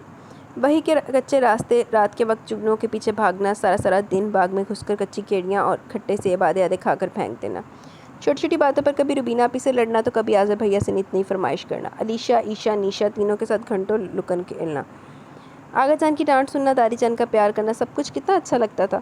وہ سب کچھ وہ انوکھی یادیں، سنہری پل، سب کچھ وقت کی روانی میں بہہ کر ماضی کا حصہ بن گیا۔ سب یادیں رفتہ رفتہ بابر ہو رہی تھی، لیکن اس کی مٹھی میں سب ایک ایک کر کے پھسلتی جا رہی تھی۔ اس وقت کی ضد ہر دھرم اور ہمہ وقت بغاوت پر آمادہ رہنے والی مشال اور آج کی اکھڑ تند مزاج ضدی بدتمیز منہ پھٹ مشال میں بظاہر کچھ فرق نہ ہونے کے باوجود زمین و آسمان کا فرق تھا۔ اس وقت کی مشال اپنے علاوہ دوسروں سے بھی محبت کرنا جانتی تھی، لیکن آج کی مشال ماضی کی تلخیوں کی بھینٹ چڑھ کر بہت خود غرض ہو چکی تھی۔ اس کے لیے صرف اپنا وجود ہی اہم تھا۔ خطا کھاندے دادے لوگ، اس کی نگاہیں بلا ارادہ شاہزر پر جا ٹکیں۔ یہ شخص کبھی بچپن میں اس کا فرسٹ کزن اور بیسٹ فرینڈ رہا تھا۔ بہت لڑنے کے باوجود وہ ہمیشہ اس کے ساتھ کھیلتی تھی، اپنی ساری خوشیاں اسی سے شیئر کرتی تھی۔ یہی وہ شخص تھا جو ہر لمحے بچپن میں اس کی جانب رخ کیے رکھتا تھا۔ ہر غلط دوست آرام سے کبھی لڑ جھگڑ کر سہ جاتا۔ یہی وہ شخص تھا جب وہ خون میں لت پت جیپ میں پڑی ہوئی تھی جسے اٹھا کر باہر لایا تھا۔ اس کے خون میں لت پت وجود کو دیکھ کر، اس کے ساتھ لپٹ کر اس قدر بری طرح رویا کہ اسے اس کا پھوٹ پھوٹ کر رونا دیار غیر میں بھی یاد رہا۔ اس نے اسے کبھی بھی روتے نہیں دیکھا تھا۔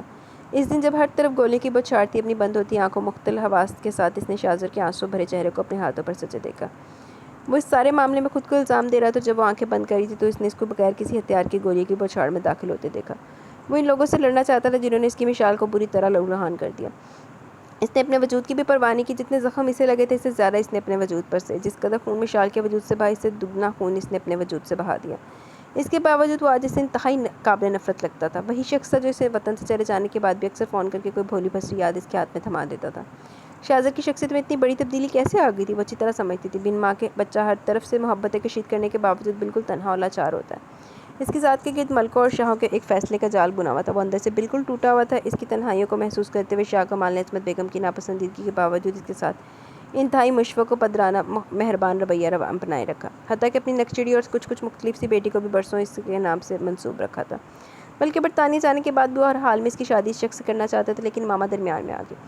وہ اسے اس جہالت میں نہیں دھکیلنا چاہتی تھی جہاں وہ خود بڑی مشکلوں سے نکلی تھی۔ وہ اس رشتے کو ختم کرنے کے لیے انہوں نے اپنے بھانجے کا انتخاب کیا۔ دونوں ماما پاپا اپنا فیصلہ بدلنے پر راضی نہیں تھے۔ دونوں خود کو اہمیت دیتے تھے۔ اس کی ذات، اس کی خواہش تو جیسے نظر انداز ہو کر رہ گئی تھی۔ ماما پاپا تو جیسے وہ نظر ہی نہیں آ رہی تھی۔ دونوں نے اپنی جنگ میں سے بالکل فراموش کر دیا تھا۔ تو بس وہ جب ماں پہ کتوں کتی ہوندے رہندے تے پھر اولاد تے اثر پینا ہی ہے نا۔ اولاد نے تو پھر آپ ہی باغی ہونا۔ وہ کیا چاہتی ہے، کیا سوچتی ہے، کس سے شادی کرنا چاہتی ہے، انہوں نے پوچھنا تک گوارا نہیں کیا۔ یہی وہ دور تھا جب اس نے دونوں کو نظر انداز کرتے ہوئے باہر کی راہ اپنائی۔ پھر وہ سب کچھ کرتی کہ جو اسے زیب نہیں دیتا تھا، حتیٰ کہ اس نے جولف کو اپنی زندگی میں داخل کرنے کا فیصلہ کر لیا۔ کچھ ماما نے اس کے ذہن میں گاؤں والوں شازر کے متعلق خوب زہر بھر دیا تھا، لیکن اب گاؤں شازر کے سب سے بڑی حمایتی ماما ہی تھی۔ لاکھ لعنت دری ماما دے، دری ماما نے کتیاں کے پاؤں چوکے۔ پچھلے کئی برسوں سے بڑی اماں فون خطوں کے ذریعے شازر اور اس کی شادی کا کہہ رہی تھی، لیکن ماما نے ہر دفعہ انکار کر دیا۔ اور پھر جب اس کی زندگی میں جولف داخل ہوا تو اس نے شازر سے خود بات کر کے اس تعلق کو ختم کر دیا۔ وہ سمجھ رہی تھی کہ وہ سب کچھ ختم ہو چکا ہے، لیکن یہ اس کی بھول تھی۔ رات ہونے والی جھڑپ اور شازر کے رویے نے اسے یقین دلا دیا تھا کہ اس کے کسی بھی قسم کے انکار کو نہیں مانا تھا۔ وہ بہت اچھی طرح جان چکی تھی کہ مسلسل پچھلے کئی برسوں سے اس نے ماں پاپا کو روز بروز ہونے والی جھڑپوں کی وجہ سے شازر سے نفرت کرنا شروع کر دی تھی، جس کا ذکر اس کے ماں پاپا کے تعلقات میں کشیدگی کی وجہ بن گیا تھا۔ اب اسے جولف کی موجودگی میں اس کا نام بھی سننا گوار نہیں تھا۔ زندگی گزارنا تو دور کی بات تھی۔ وہ تو تیرے ابا جی تینوں ایدے کو ہی چھٹ کے جان گے۔ وہ بے دھیانی میں کتنی دیر اس کی طرف نظر جمائے ہوئے تھی۔ بددستور گاڑی چلاتے شازر نے بھی کئی بار بیک مرر سے اس کی طرف دیکھا تو وہ نظریں بدل کر باہر دیکھنے لگی۔ گاؤں میں تقریباً ہر جگہ سے جنگم کی کٹائی ہو چکی تھی، سوائے چند ایک کھیتوں کے۔ پورے دھیان سے وہ اس پتلے پتلے گاؤں کا جائزہ لینے لگی۔ ان 15 سالوں میں بہت کچھ بدل گیا تھا۔ کچا راستہ اور کچی سڑک آگے جا کر پکی سڑک میں راستہ بھی بدل گیا۔ اپنی یادداشت کھنگالنے لگی۔ یہ راستہ، یہ پکی سڑک، یہ اس کی یادوں میں کہیں بھی نہیں تھی۔ گاؤں میں کلینک بھی تھا، ایک ہائی اسکول بھی سے دکھائی دے گیا تھا، اور بھی کافی کچھ تھا، مگر توجہ نہ دے پائی۔ بس اس کی نظریں ایک ہی جگہ پر ٹکی تھی۔ پاپا، یہ ہمارا پارک ہے نا؟ وہ بے قراری اور بے چینی سے ان کو دیکھ کر پوچھنے لگی تو انہوں نے اس بات میں سر ہلا دیا۔ وہ بے ساختہ شازر کا کندھا ہلانے لگی۔ گاڑی روکو پلیز۔ اس کے کہنے پر شازر نے بے اختیار پاؤں پر بریک پر رکھے۔ جیسے گاڑی رکی وہ بے اختیار باہر نکل آئی۔ اسے باہر نکلتے دیکھ پاپا باہر آ گئے۔ وہ آگے بڑھ گئی۔ چوکیدار نے دونوں کو دیکھ کر سلام کیا۔ پاپا چوکیدار کے پاس رک گئے۔ وہ اندر باقیہ ہاتھے میں آ گئی۔ ہر طرف آم اور سیبوں کے جھنڈ تھے۔ پیلے پیلے پکے آم دیکھ کر اس کے منہ میں پانی بھر آیا۔ چند قدم آگے بڑھی تو تازہ تازہ سیبوں کو دیکھ کر اس کا دل ایک دم للچانے لگا۔ ارد گرد دیکھنے پر اس کے 3-4 کنکر مل کے سیبوں کو ٹارگٹ بنا کر تاک تاک کر نشانے لگانے لگی۔ 3-4 سیب زمین پر آ گرے۔ وہ خوشی سے انہیں اٹھا کر آگے چلنے لگی۔ وہاں وہ درختوں کے درمیان لگا جھولا تھا جسے دیکھ کر اس کے قدم وہیں ساخت ہو گئے، جیسے کسی اندیکھے وجود نے اس کے قدموں کو جکڑ لیا۔ شاہو، میں گر جاؤں گی، نہیں کرو شاہو، آہستہ جھلاؤ۔ اس نے بری طرح آنکھیں میچ لی، کانوں پر ہاتھ رکھ لیے، لیکن پھر بھی وہ آوازیں اس کے کانوں میں گھستی آ رہی تھی۔ اسے جھولا جھولنے سے بہت خوف آتا تھا، لیکن شازر کو اس کا چیخنا ڈرنا ہمیشہ بہت لطف دیتا تھا، اس لیے ہر چیخ کے ساتھ وہ اور زور سے اسے جھولا جھلانے لگتا۔ پھر اچانک اس کے ہاتھ جھولے کی زنجیروں پر ڈھیلے پڑ گئے اور وہ منہ کے بل زمین پر گر گئی۔ اس کے گھٹنے، بازو، ٹانگیں، پاؤں سب بری طرح چھل گئے۔ دونوں ہاتھوں میں پڑی چوڑیاں اسے بری طرح زخمی کر گئیں۔ شازر اس کے پاس بیٹھ کر اس کے دونوں ہاتھوں کو اپنی قمیص سے صاف کرنے لگا۔ دیکھو رونی، میں نے جان بوجھ کر دھکا نہیں دیا، پلیز چپ ہو جاؤ، کسی کو کچھ نہیں بتانا، نہیں تو میری تو خوب شامت آئے گی۔ اس کی بہتی آنکھوں میں جھانک کر وہ اس کے آنسو صاف کر رہا تھا۔ بیٹا یہاں کیوں رک گئی؟ آگے چلیں، ابھی اس جانب امرود کے درخت بھی ہیں اور اس جانب کنو کے۔ مالی بابا اسے بت پنے دیکھ کر آگے چلنے کو کہہ رہے تھے۔ وہ حال میں لوٹ آئی، ایک تھکی تھکی سی سانس خارج کی۔ خود کو بری طرح سرزنش کی۔ یہی باتیں تھیں جو اسے بچپن میں اور برطانیہ میں بے چین سے نہیں رہنے دیتی تھی، اور اب بے چین ہونے لگی، ایک دم بد دل ہوگی۔ اس پر جب بھی ایسی کیفیت طاری ہوتی تو وہ ہمیشہ گھر سے باہر بھاگتی تھی۔ بعد میں جو ہمیشہ جولف کے پاس جاتی تھی، اسے گفتگو کرنے، تسلی دینے کا ہنر آتا تھا۔ وہ شازر کے بارے میں اچھی طرح جانتا تھا اور ہمیشہ اس سے ملنے کی بات کنوتیت سے نکل آتی تھی۔ آگے جانے کے بجائے وہ واپس آگے سے گاڑی بیٹھے دیکھ کر پاپا بھی چوکیدار کو خدا حافظ کہہ کر گاڑی میں بیٹھ گئے۔ تو پھر کیسا لگا ہماری بیٹی کو ہمارا پاک؟ پاپا اس کی جانب رخ موڑ کر بہت خوشی سے پوچھ رہے تھے۔ ان کے اشتیاق کو نظر انداز کیا اس نے بے دلی سے کندھے اچکا دیے۔ لگتا ہے تمہیں پسند نہیں آیا؟ ان کا سارا جوش و خروش صابن کے چاک کی طرح بیٹھ کے انہیں نا امیدی ہوئی۔ وہ ایسی تھی کسی کو خوشی کی خاطر بھی مثلثاً جھوٹ نہیں بول سکتی تھی۔ ایک سیب رومال سے صاف کر کے کھانے لگی، باقی تینوں ماما پاپا اور ابیشہ کو دے دیے۔ حویلی تک پہنچتے پہنچتے اس کے ذہن میں کئی خیالات اور آ جا رہے تھے۔ وسیع و عریض شاندار ماربل کی بنی یہ حویلی قدیم و جدید کے امتزاج کی حامل تھی۔ پرانی حویلی کے ساتھ اور بھی بہت سی تبدیلیاں کی گئی تھیں۔ شازر نے جیسے گاڑی روکی، کئی لوگ ان کے استقبال کو گیٹ پر ہی جمع تھے۔ گاڑی سے نکلنے کے بعد اندر داخل ہوتے کئی لوگوں نے انہیں ہاتھوں ہاتھ لیا۔ استقبالیے پر سب سے آگے جو خاتون تھی، اسے پہچاننے میں سے چند سیکنڈ لگے۔ وہ آذر بھائی کی والدہ اور شازر کی سوتیلی ماں بڑی امی تھی۔ ان کے پیچھے چچا رحیم کی بیوہ چچی زینب تھی۔ ان سے ملنے کے بعد وہ کوریڈور میں داخل ہو گئے۔ وہاں لاؤنج میں کے دروازے پر 3-4 لڑکیاں قطار باندھے کھڑی تھیں۔ ماں پاپا کو سلام کرنے کے بعد دونوں نے ان کو پیار دیا۔ وہ بھی انہیں دیکھنے لگی۔ ابیشہ اس کے ہم قدم تھی، اس کے لیے سب کچھ حیران کن تھا۔ کون ہے یہ؟ آپ تو جانتی ہوں گی۔ وہ اس کے کان میں آہستہ سے پوچھنے لگی۔ اس نے نفی میں سر لائے، پھر خود ہی آگے بڑھ کر اپنا تعارف کروانے لگی۔ ہیلو، آئی ایم مشال اور یہ میری بہن عبیشہ کمال۔ ہیلو، اس تینوں لڑکیوں نے بھی ان دونوں سے ہاتھ ملایا۔ میں علیشا ہوں، یہ والی عیشا اور یہ نیشا۔ چچا رحیم کی سب سے بڑی بیٹی نے اس کی ہم عمر علیشا اور اس کو اپنا اور اپنی بہنوں کا تعارف کروا رہی تھی۔ اس نے سر ہلا دیے۔ ان سے تعارف کے مرحلے کے بعد وہ دونوں اندر داخل ہوئی۔ چند لمحوں میں ان سب سے گھل مل گئی تھی۔ البتہ مشال کا انداز لیا دیا سا تھا۔ وہ عبیشہ کی طرح فوراً بے تکلفی کا مظاہرہ نہیں کر پائی تھی۔ آذر بھائی کی دونوں بہنیں زوبی اور ماری اپنے اپنے بچوں سمیت حویلی میں موجود تھیں۔ ان دونوں سے بھی ملاقات ہوئی، بس رسمی سا تعارف تھا۔ آذر بھائی کی بیوی شگفتہ بھابی بہت خوش مزاج اور خوش اخلاق خاتون تھی۔ وہ ایک طرف بیٹھی سب کو دیکھتی رہی۔ کبھی کوئی مخاطب کرتا یا سوال پوچھتا تو بس ہوں ہم سے زیادہ جواب نہیں دے پاتی تھی۔ تعارف اور خاتم ادارت کے مراحل کے بعد دونوں اپنے اپنے کمروں میں آ گئے۔ سب کے سب بہت باوقار اور ملنسار تھے۔ لہجوں میں خوش اخلاقی، حلاوت اور محبت کی چاشنی سموئی ہوئی تھی۔ صرف ان سب میں ایک شخص تھا جو مختلف تھا، غصہ جو اب بھی ناک پر رکھے اس پر کبھی کبھار نظر ڈال لیتا تھا۔ وہ سر چھٹک کر کمرے کا جائزہ لینے لگی۔ پہلے کی نسبت حویلی بہت ہی خوبصورت، پرشکوہ، پرتعیش اور لگژری ایکسائشات کی حامل ہو گئی تھی۔ انٹیریئر ڈیکوریشن اور نکاسیات تک کا ہر چیز بہت جدید تھی، حتیٰ کہ فرنیچر بہت ہی ماڈرن اور اعلیٰ قیمتی تھا۔ وہ گھوم گھوم کر سارا کمرہ دیکھتی رہی۔ اس قدر وافر مقدار میں روپیہ خرچ کیا گیا تھا، وہ سراہے بغیر نہ رہ سکے۔ کمرے کا جائزہ لے کر مطمئن ہو کر بستر پر گر سی گئی۔ رات بھی ٹھیک سے نہیں سو پائی تھی، ٹینشن اڑنچھو ہو گئی۔ پھر اسے پتہ نہیں چلا کب آنکھ لگی اور پھر وہ نیند کی وادیوں میں جا کھوئی۔ نیند کی وادیوں میں کھوئی، شام تک سوئی رہی۔ مغرب سے کچھ پہلے وہ کپڑے تبدیل کر کے اچھی طرح فریش اپ ہو کر باہر نکلی تو ہر طرف ایک ہلچل سی مچی ہوئی تھی۔ بچوں کے شور و چیخو پکار پر وہ خود بخود باہر کی صحن کی جانب چلی گئی۔ 4-5 بچے بھی صحن میں رکھی کرسیوں کے گرد بھاگ رہے تھے۔ وہ دلچسپی سے بچوں کا کھیل دیکھنے لگی۔ پاس ہی ٹیبل پر کوئی اس کی جانب سے رخ موڑے بیٹھا تھا۔ اس کے دائیں ہاتھ میں ایک چھوٹا سا ٹیپ ریکارڈر تھا۔ پھر جیسے اس نے میوزک آف کیا، تمام بچے کرسیوں پر بیٹھ گئے۔ صرف ایک لڑکی رہ گئی جس کے لیے بیٹھنے کی مزید کوئی جگہ کرسی نہ تھی، سو اس کو ایک کرسی سمیت باہر کھڑا کر دیا گیا۔ اور پھر اب دوبارہ وہی گیم کھیلا جا رہا تھا اور یہ گیم 3-4 دفعہ ریوائنڈ ہوا تھا۔ آخری دفعہ جب میوزک آف ہوا تو دونوں بچوں میں لڑکی تیزی سے کرسی پر بیٹھ گئی۔ ساتھ ہی بچے شور مچانے لگے۔ اینی جیت کی۔ کھیل ختم ہونے سے اس کی دلچسپی بھی ایک دم مفقود ہو گئی۔ اس سے پہلے وہ اپنی جگہ چھوڑتی ٹیبل پر بیٹھے لڑکے نے رخ موڑ کر اسے دیکھا اور یقیناً اس کا دھیان مشال کی طرف بچوں نے کروایا تھا۔ پھر وہ لمبے لمبے رکھ پڑتا اس کے پاس آ کر رک گیا۔ آپ مشال آپی ہیں نا، کمال چچا کی بیٹی؟ وہ اس کے لیے بالکل اجنبی اور آشنا تھا۔ اس کے پوچھنے پر اس نے ہاں میں سر لا دیا۔ میں اسامہ ہوں، آپ کے چچا رحیم کا بیٹا۔ اس نے اپنا تعارف کروایا تو اسے دیکھنے لگی۔ سب کچھ بالکل بدل گئے تھے اور ایک کو پہچان نہیں پا رہی تھی۔ Oh hello, nice to meet you. دھیمے سے ہنسی کی جلترنگ بچاتے اپنا ہاتھ اس کی طرف بڑھا جسے اس نے مسکراتے ہوئے تھام لیا۔ ایکچولی FSC کے امتحانات سے فارغ ہونے کے بعد کراچی میں ماموں جان کے ہاں گیا ہوا تھا۔ گھنٹہ بھر پہلے واپس لوٹا ہوں، باقی سب سے مل چکا ہوں۔ آپ محو استراحت فرما رہی تھی، اس لیے آپ سے ملاقات نہ ہو پائی۔ وہ 9 عمر سے لڑکا بہت خوش اخلاقی سے بتا رہا تھا۔ اس کے چہرے سے بخوبی محسوس ہو رہا تھا کہ اس سے مل کر بہت خوش ہوا ہے۔ جیسا میں نے آپ کے متعلق سنا تھا، اس سے بڑھ کر حسین و جمیل پایا۔ آپ بتائیں ہم کیسے لگے آپ کو؟ وہ خوش دلی سے کرسیوں کی جانب لے جاتے ہوئے کہنے لگا۔ وہ بے اختیار ہنسی، جب سے وہ آئی تھی اب کھل کر ہنسی تھی۔ وہ حیران ہوئی۔ بس بہت اچھے۔ سچی بات تو یہ کہ میرا یہاں آنے کا بالکل موڈ نہیں تھا، اس لیے آپ لوگوں کے متعلق کوئی خاص خیال تصور بھی نہ تھا۔ البتہ بچپن کی کچھ یادیں تھیں، ان کو سامنے رکھ کر تمہیں پہچاننے کا دعویٰ کرتی تو تم بالکل ریجیکٹ ہو جاتے۔ اس کی بات پر ابو اسامہ مسکرایا تھا۔ بچے اب دوسری طرف جا کر کھیل رہے تھے۔ وہ اس کے ساتھ ہی کرسی پر بیٹھ گئی۔ وہ اپنی ایجوکیشن، مشغلے اور معمولات کے بارے میں بتانے لگا جنہیں وہ عام سے انداز میں سنتی رہی۔ آپ بہت کم بولتی ہیں۔ کافی دیر تک مسلسل بولتے رہنے کے بعد اسے احساس ہوا تو وہ چپ ہو گیا۔ ارے نہیں، بالکل بھی نہیں، میں تو بہت بات ہونی ہوں، فی الحال تمہیں سن رہی ہوں۔ تمہیں اندازہ نہیں میں کتنا بولتی ہوں۔ اگر تمہاری جگہ جولف ہوتا تو وہ کہتا مشال تم بہت بولتی ہو۔ اچانک اس کے منہ سے جولف کا نام نکل گیا۔ ویسے بھی اس وقت اسے جولف کا خیال آ رہا تھا۔ دونوں زیادہ تر وقت اکٹھے گزارتے تھے اور شرمئی شام کی چارسو پھیلتے دیکھ کر وہ ظاہر اسامہ کی طرف دھیان دیے ہوئے تھی، لیکن دل ہی دل میں جولف سے محو گفتگو تھی۔ یہ جولف کون ہے؟ وہ بے تکلفی سے پوچھنے لگا۔ تم کچھ زیادہ پرسنل نہیں ہو رہے؟ اس کی بے تکلفی پر اس نے اسے ٹوک دیا۔ وہ خاموش ہو گیا۔ بعد میں اس نے 1-2 باتیں بھی کی تھی، لیکن تکلف کے لبادے میں لپٹی ہوئی تھی۔ وہ بور ہونے لگی، پھر اسے معذرت کر کے اٹھ کھڑی ہوئی، سارے لان کا چکر لگانے لگی۔ حویلی کی پچھلی جانب وہ جا کر رک گئی۔ حویلی میں بہت کچھ بدلا ہوا تھا، لیکن پچھلا حصہ بالکل ویسا ہی تھا۔ وہی شہتوت کا درخت، وہی سنگی بینچ اور اس کے ساتھ وہی دیوار تھی۔ جب رات کا اندھیرا ہر سو پھیلنے لگا تو سب بچوں کو باہر نکلنے کی اجازت نہ تھی۔ اکثر وہ لوگ سنگی بینچ سے درخت اور درخت سے دیوار کا سفر کر کے باہر چھلانگ لگاتے تھے اور پھر جگنوں کے تعاقب میں وہ سارے کھیت کھنگال ڈالتے۔ ادھر سے ادھر بھاگتے دوڑتے رہتے۔ وہ وہیں سنگی بینچ پر درخت کے نیچے بیٹھ گئی۔